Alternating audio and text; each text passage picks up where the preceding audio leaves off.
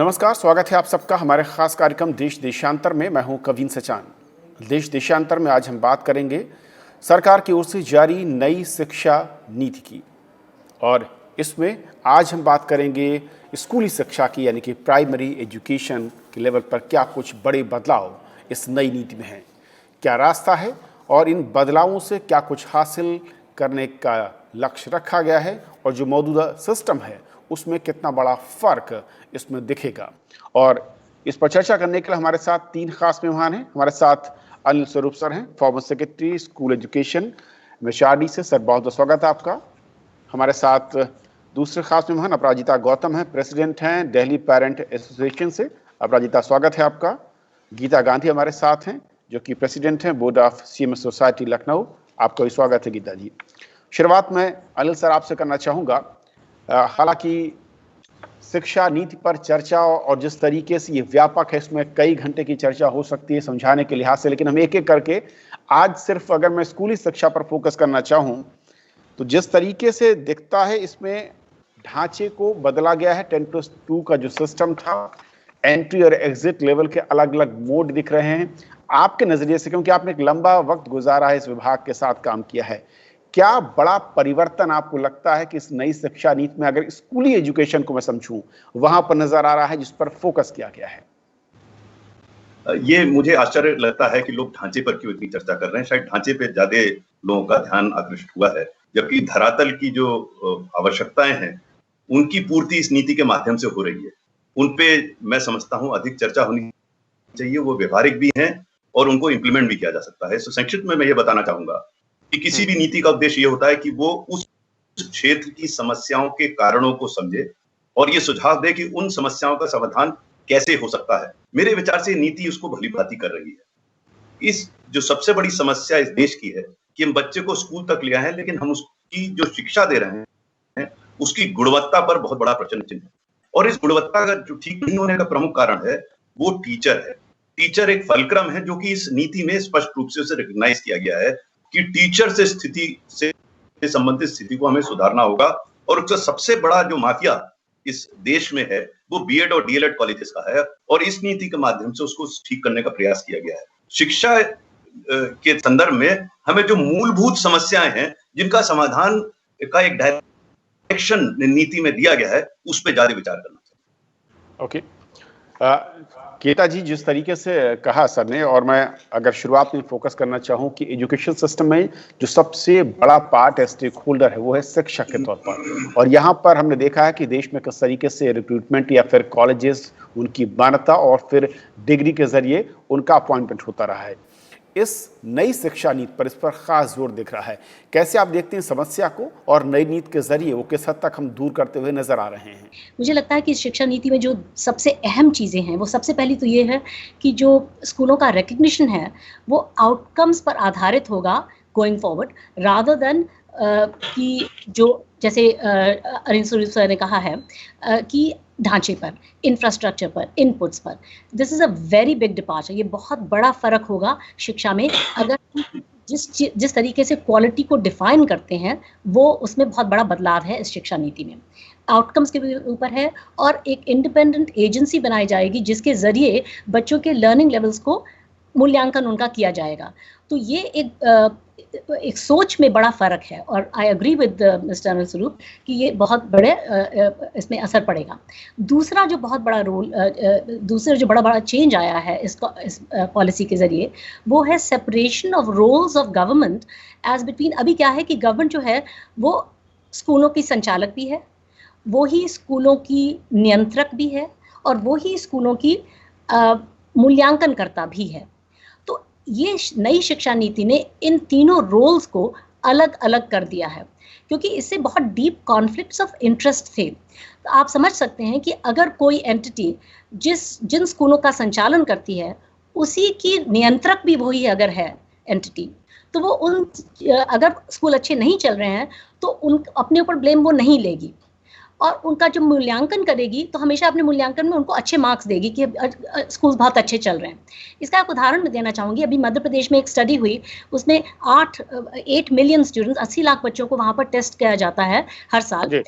वहाँ पर 2400 स्कूलों में एक अभिजीत सिंह हैं, वो स्टॉकहोम स्कूल ऑफ इकोनॉमिक्स में प्रोफेसर हैं, उन्होंने इंडिया के ही हैं, उन्होंने एक स्टडी की 2400 स्कूल में बच्चों को उन्होंने वो ही टेस्ट दिया जो 4 हफ्ते पहले वो गवर्नमेंट के जो टेस्ट में उन्होंने भाग लिया था।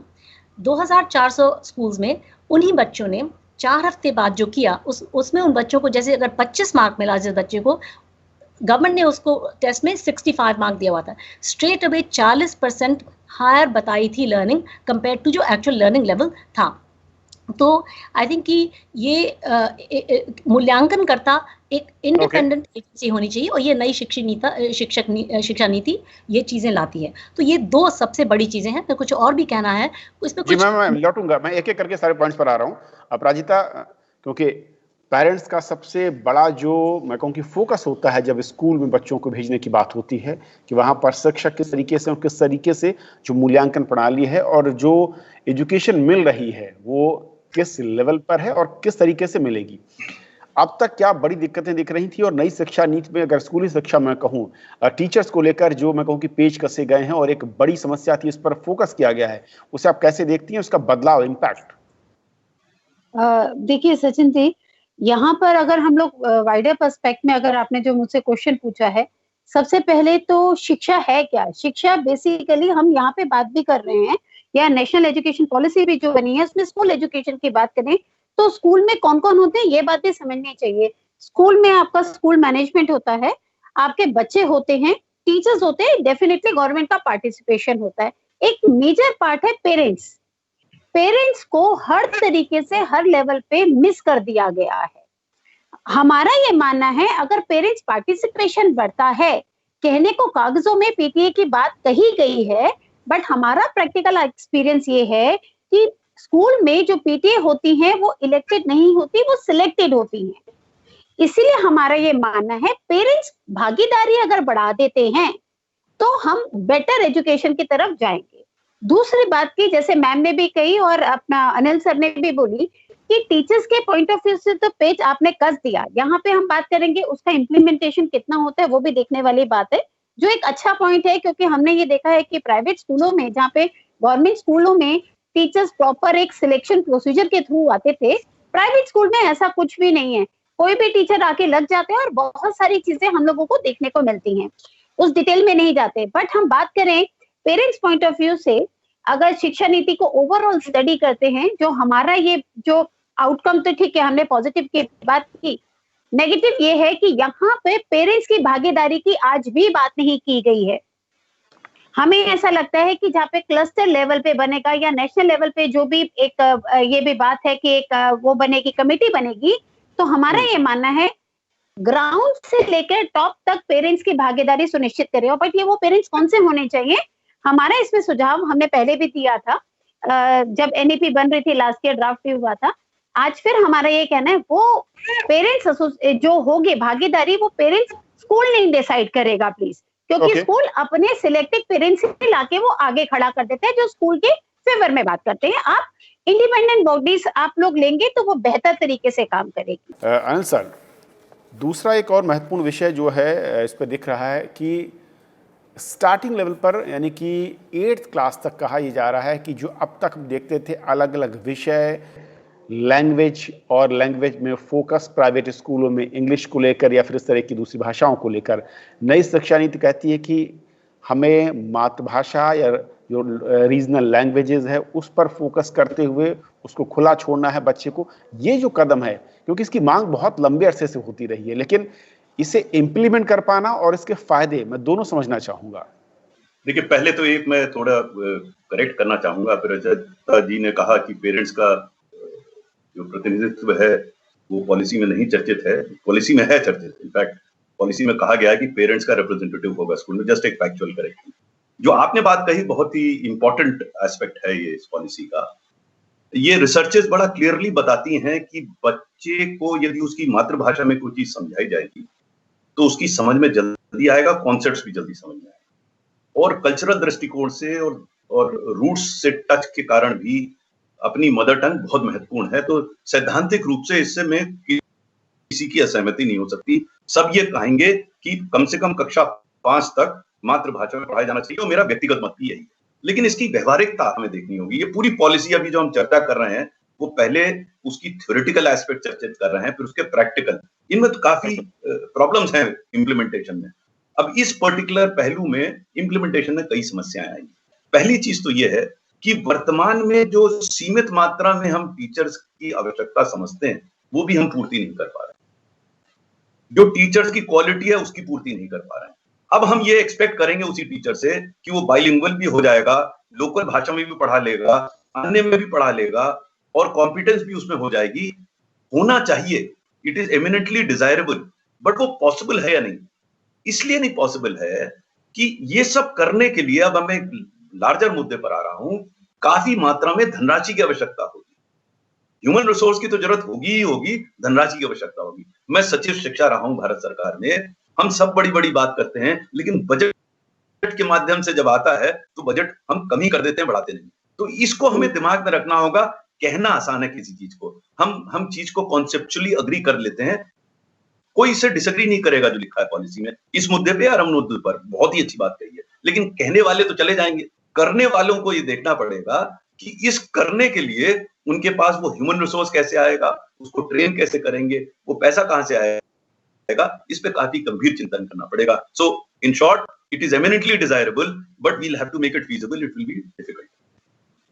लेकिन अनिल सर, जिस तरीके से सब्जेक्ट प्रेफरेंस की बात है, और मैं कहूं कि स्कूली शिक्षा में ही, और नई शिक्षा नीति जब ये कहती है कि बर्डन एक तरीके से कम करने की कोशिश हो रही है, एनरोलमेंट्स की संख्या को ज्यादा करने की बात हो रही है, लेकिन फिर वही जो आपने कहा कि ये जो समस्या है कि हमारे पास स्कोप स्पेस कितना है, और अभी भी हमारा जो पूरा का पूरा सिस्टम है वो प्राइवेट स्कूल्स के सहारे या उसके कंधों पर चलता हुआ नजर आता है। वो इस तरह की नीतियों को जो पहले भी गाइडलाइंस थी उनसे अलग खड़े होते कई बार नजर आते हैं। इसे कैसे मीट आउट कर पाएंगे? मैं थोड़ा सा आपके इस प्रश्न का मैं थोड़ा सा स्टार्ट करना चाहूंगा, फिर गीता जी से कंटिन्यू होगा। एक जो मुझे इस पूरी नीति में नहीं समझ में आया, जो कि होना चाहिए था, लगभग 50% बच्चे प्राइवेट स्कूल में जाते हैं। पूरी पॉलिसी में एक दो पैरा में कहीं मेंशन है प्राइवेट स्कूल का। अरे भाई, आप प्राइवेट स्कूल को साथ लेकर चलिए, आप उनको दूसरा क्यों मान रहे हैं? हमें लेवरेज करना है दूसरे की, पब्लिक प्राइवेट पार्टनरशिप लानी है, प्राइवेट स्कूल्स को एनकरेज करना है, हमें उन्हें डिस्करेज नहीं करना है। ये एक पॉजिटिव मैसेज जो इस पॉलिसी के थ्रू जा सकता था प्राइवेट स्कूल्स को, और उनका इन्वेस्टमेंट एनकरेज हो सकता था। क्योंकि मैं स्पष्ट आपको बता दूं, मेरा अनुभव ये बताता है कि सरकार के पास इतना पैसा कभी होगा नहीं कि वो पूरी व्यवस्था कर सके। तो वो स्पेस जो बची है वो कहां से आएगी?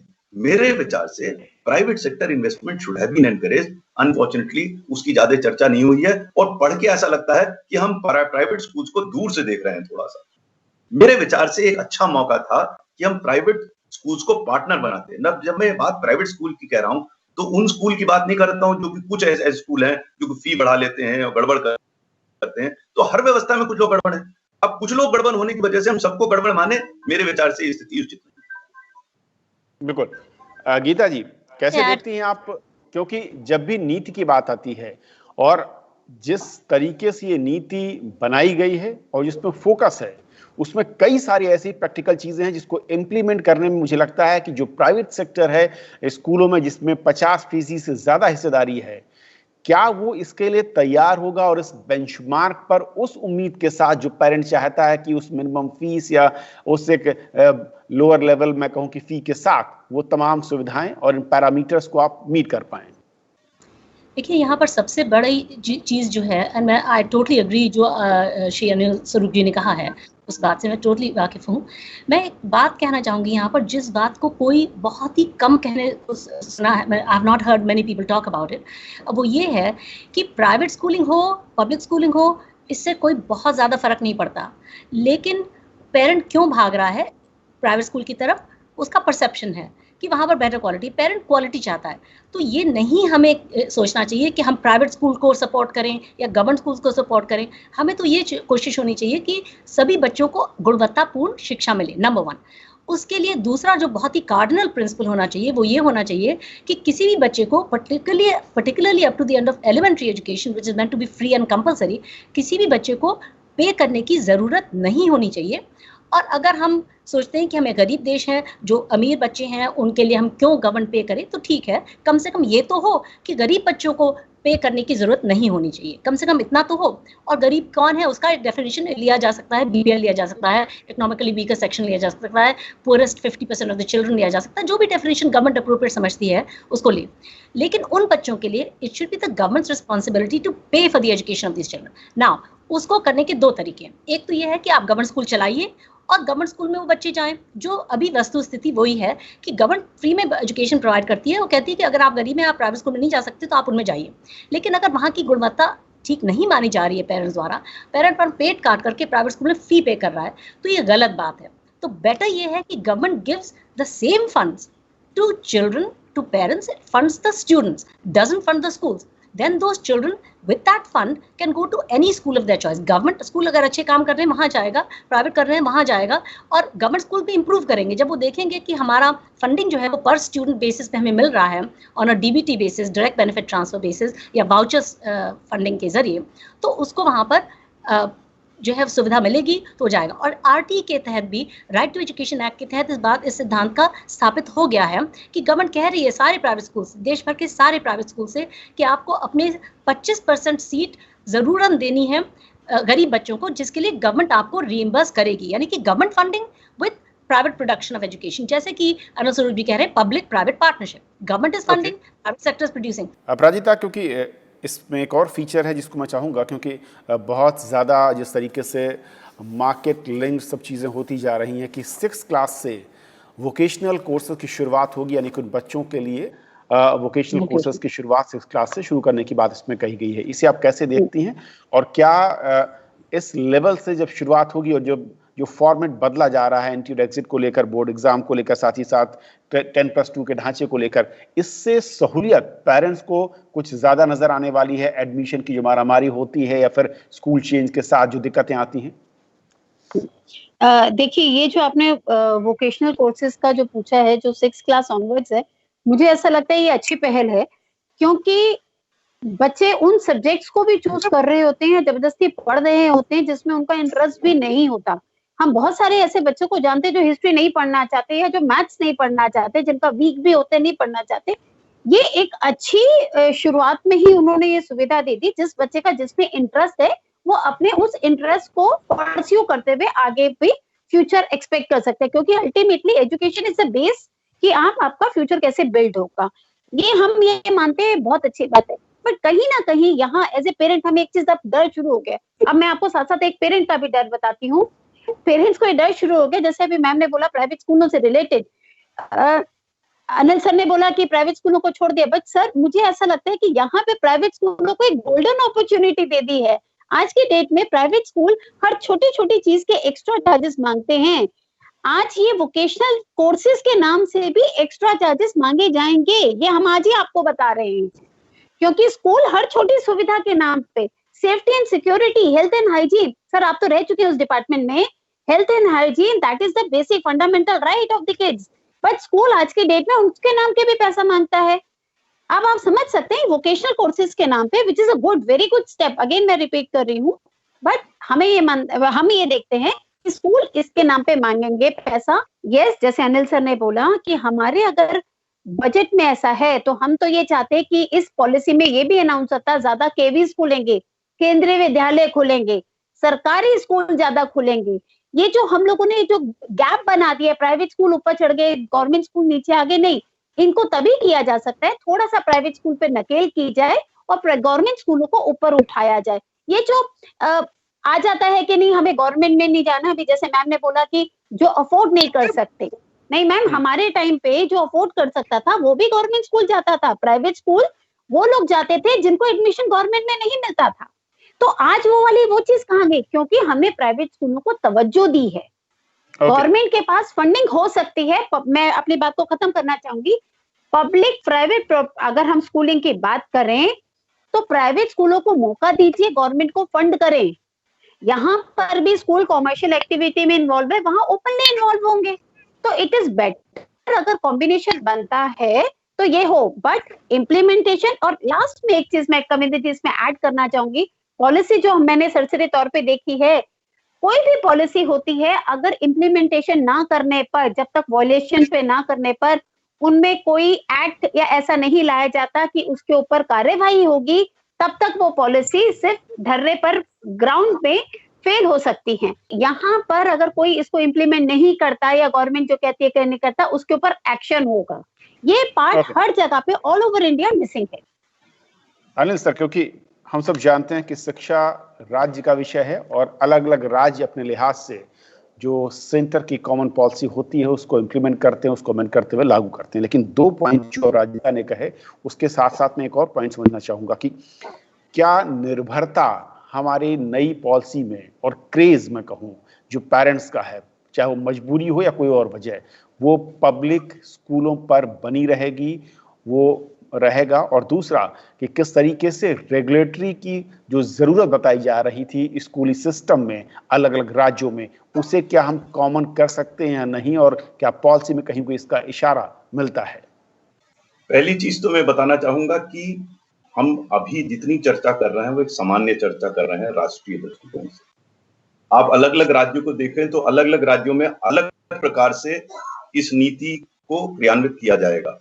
उदाहरण के तौर पर जब आपने बात उठाई कि पब्लिक गवर्नमेंट स्कूल से छोड़कर प्राइवेट स्कूल में जा रहे हैं, ये व्यवस्था कुछ राज्यों में परिवर्तित हो गई। हमें ये समझना पड़ेगा परिवर्तित कैसे हुई, कैसे लोग प्राइवेट स्कूल छोड़कर गवर्नमेंट स्कूल में आने लगे। ये जब मैं सचिव था तो मैंने देखा था इसको। राजस्थान इसका स्पष्ट उदाहरण है, जहां लोग बच्चे प्राइवेट स्कूल छोड़कर पब्लिक स्कूल में, गवर्नमेंट स्कूल में आ रहे थे। हमें ये समझना पड़ेगा ऐसा क्यों हुआ। एक मुझे थोड़ी सी चिंता इस पॉलिसी में ये भी थी कि जो अच्छे उदाहरण देश में थे वो शायद इसमें अंकित करने चाहिए थे, जिससे लोग उससे सीख सकते। जैसे राजस्थान का मैं उदाहरण इसलिए दे रहा हूं कि भारी मात्रा में प्राइवेट स्कूल से पब्लिक स्कूल में आए।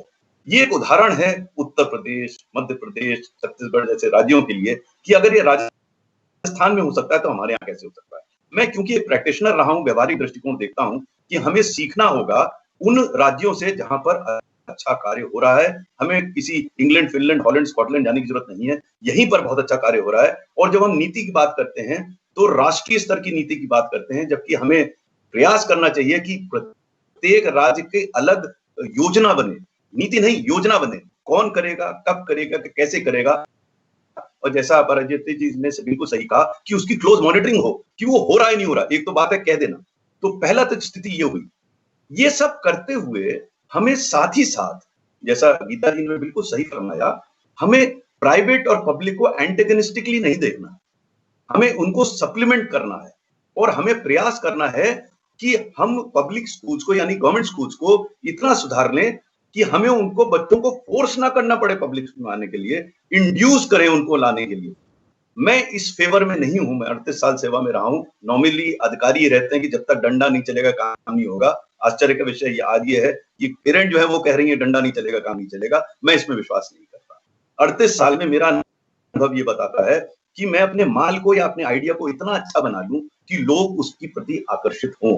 अगर हम कंपल्शन लाएंगे किसी पर तो सिर्फ इंस्पेक्टर राज बढ़ेगा। मुझे डर सिर्फ यही है कि जहां आपने ज्यादा नियम कानून बना दिए, उनको इंप्लीमेंट करने के लिए, जैसे अपराजिता कह रही हैं, क्योंकि जब तक उन पे डंडा नहीं पड़ेगा दूसरों तक ये सहमत है, लेकिन जिस दिन डंडा पड़ने लगेगा उस दिन आप भी सहमत हो जाएंगी कि इंस्पेक्टर राज से समस्या का समाधान नहीं होना है। हमें खुद ही को बुलंद करना, यानी कि उस व्यवस्था को इस प्रकार से सुधारना है, उसको इतना अच्छा बनाना है जिससे लोग उससे आकृष्ट हो सके। अब ये मैं थ्योरेटिकल बात नहीं कर रहा हूं, ये व्यवहारिक दृष्टिकोण से कई राज्यों में मैंने स्वयं देखा है। मैंने 24 राज्यों का भ्रमण किया और इंटीरियर में गया, और इस प्रकार से ही हमें आकृष्ट करना है। हमें गवर्नमेंट स्कूल्स में सुधार लाना है, डंडा मार के प्राइवेट से पब्लिक में नहीं लाना है, ना उनको भगाना है यहाँ से। और ये थ्योरेटिकल बात नहीं है, प्रैक्टिकल है। अगर हम उनसे सीख करेंगे तो निश्चित रूप से होगा। ओके गीता जी, ये जो नए ढांचे की बात हो रही है स्कूली शिक्षा में 5+3+3+4 का फार्मूला, और जो मौजूदा फार्मूला है इसको बदलने से क्या बेनिफिट उन स्कूलों के लिहाज से, उन मैं कहूँ कि बच्चों को, और जो प्राइमरी एजुकेशन का पूरा सिस्टम है उसमें? मैं ये नहीं मानती कि इसमें से थोड़ा सा ट्विक करने से जो है बहुत ज़्यादा कुछ असर पड़ने वाला है। तो मैं इस बात से इत्तेफाक नहीं रखती हूँ कि ये कोई बहुत बड़ा रिफॉर्म है या इससे बहुत कुछ अच्छा होने वाला है। मैं ज़्यादा फोकस करूँगी जिस तरीके के इशू को अपराजिता जी ने रेज किया है, जो आज करोड़ों भारतीयों का जो दर्द है वो ये है कि हमें क्यों गवर्नमेंट स्कूल छोड़ करके पैसे पे करके, हमें टैक्स पेयर हैं, एज अ टैक्स पेयर हम गवर्नमेंट को टैक्स देते हैं जिससे वो स्कूल चलाती है, लेकिन हमें वो स्कूल ना यूटिलाइज करके प्राइवेट स्कूलों में जाना पड़ रहा है। तो ऐसा क्यों है? ये दर्द है और इसको टैकल करना चाहिए था नई शिक्षा नीति में। और उसमें जो मेन प्रॉब्लम है वो ये है कि जैसे कि अनिल स्वरूप जी ने कहा कि गवर्नमेंट स्कूल्स का के बारे में परसेप्शन है और परहैप्स रियलिटी भी है कि वहां पर अच्छे से चीजें नहीं चल रही हैं, इसीलिए गरीब पेरेंट भी पेट काट करके वहां जा रहा है। और जिस तरीके की चीजें प्राची जी बता रही हैं कि जो उनको मोनोपोली दी हुई है कुछ प्राइवेट स्कूल्स को, इन द सेंस कि रिकग्निशन के इतने ज्यादा बैरियर्स लगा दिए हैं कि सिर्फ कुछ ही प्राइवेट स्कूल चल पा रहे हैं। जब कुछ ही हैं तो करोड़ों बच्चे उनमें जाना चाहते हैं, दिल्ली जैसी जगह में जब करोड़ों बच्चे जाना चाहते हैं तो वो कोई भी फीस चार्ज कर लेते हैं, तो इसकी वजह से भी पेरेंट्स को बहुत तकलीफ है। सो द पॉइंट इज कि गवर्नमेंट स्कूल्स को इम्प्रूव करना इज अ नेसेसिटी, हर एक तरीके के स्कूल को इम्प्रूव करना is a necessity, but government schools को पर्टिकुलरली क्योंकि they are the destination in which those who can't afford to pay have to go. जवाबदेही बढ़ाइए, आप टीचर्स को होल्ड टू अकाउंट करिए, पर पीपल एक्सपेंडिचर गवर्नमेंट स्कूल्स में इतना हाई हो गया है और करोड़ों बच्चे निकल गए। 2010 से 2017 तक 2.4 children have left the government schooling system. तो ये गवर्नमेंट स्कूल्स के ऊपर अटैक नहीं कर रहे हैं, लेकिन ये कह रहे हैं कि गवर्नमेंट को इस नीति के जरिए जो जवाबदेह बनाने वाली पॉलिसी बनानी चाहिए थी, जवाबदेही का वर्ड तक नहीं है, अकाउंटेबिलिटी का वर्ड तक नहीं है इसमें कि how we gonna make the teachers and the schools accountable to the parents. जब वो नहीं करेंगे, हम सिर्फ इनपुट्स की बात करेंगे, डबलिंग ऑफ एक्सपेंडिचर की बात, doubling expenditure is a very good thing, resources ज्यादा होने चाहिए, no doubt about it, but the point is कि उनके रिसोर्सेज को अच्छे से जवाबदेह तरीके से यूज होना भी बहुत जरूरी है। आप टीचर की सैलरी बढ़ाते गए हैं, 8.5% per year compound interest rate से टीचर की सैलरी बढ़ी है 6 पे कमीशन के पीरियड में। और अगर आप लास्ट ईयर ऑफ 5th पे कमीशन लें और फर्स्ट ईयर ऑफ 7th पे कमीशन लें तो टीचर सैलरी बढ़ी है every year by 15.9% Uttar Pradesh में हर साल। ओके मैम, लेकिन जिस तरीके से जो नई शिक्षा नीति है और उसमें साफ तौर पर अगर प्राइमरी एजुकेशन को लेकर कहें कि बहुत सारी बातें कही गई हैं, उसमें कई सारे पॉइंट्स जिन पर हमने चर्चा की और जिस तरीके से पैनलिस्ट की राय है कि क्या बदलने का उद्देश्य रखा गया है, कैसे बदलेगा और चुनौतियां उसे लागू करने की जो सबसे अहम बात है वो हम कैसे कर पाते हैं, अलग अलग राज्य उसे लागू करेंगे। आप तीनों का बहुत बहुत शुक्रिया हमारे साथ आज इस चर्चा में जुड़ने के लिए। नमस्कार।